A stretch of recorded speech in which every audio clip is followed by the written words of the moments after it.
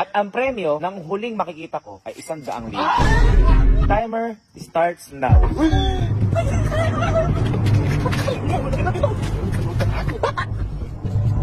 Ay! So, may naalala lang ako. Nung mga bata pa kasi kami, di ba, ito yung kalakasan natin maglaro pag bata tayo, ito yung makukulit tayo. May isa kasi kami laging ginagawang laro nun sa bahay namin, sa unang bahay namin. At ito yung itpurikit o tagu-taguan. Kaso, dahil nga maliit yung unang bahay namin na yun, kami nila papa, lagi kami nagkakahulihan, saglit lang, ganyan. Kaya lagi may sinasabi sa amin yung tatay namin na kapag naglalaro kami doon na, anak, pag nagkaroon tayo ng bakuran, kapag lumaki yung bahay natin, maglalaro tayo niyan. Magpapapremyo ako, kaya galingan nyo na magtago. Yun yung lagi niyang sinasabi. At yun yung pangarap namin laruin na parang, syempre, hindi naman na matutupad yun. Kasi syempre, hindi na natin kasama physical yung tatay namin. Kaya ngayon, naisip ko, ba't kaya hindi ko gawin na ako ang magpapalaro at kakaiba yung gagawin kong premyo? Hindi basta-basta